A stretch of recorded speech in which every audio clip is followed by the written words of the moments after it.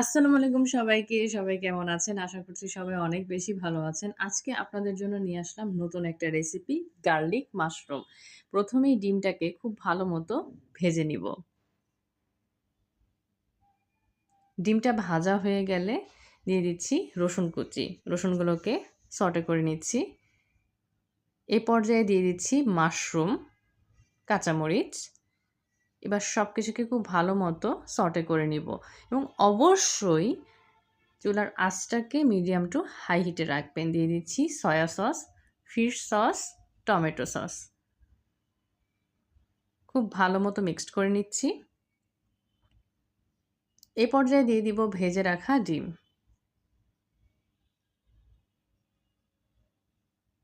খুব ভালো মতো নাড়াচাড়া করে নিতে হবে। এই রান্নাটা করতে আমার ১০ মিনিট সময় লেগেছে।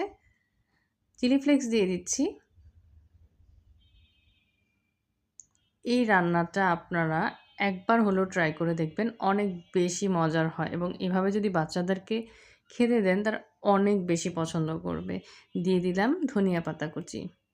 ব্যাস তৈরি হয়ে গেল আমার গার্লিক মাশরুম রেসিপি। এটা খুবই সিম্পল এবং যে কেউ এটা খেতে খুব বেশি পছন্দ করবে।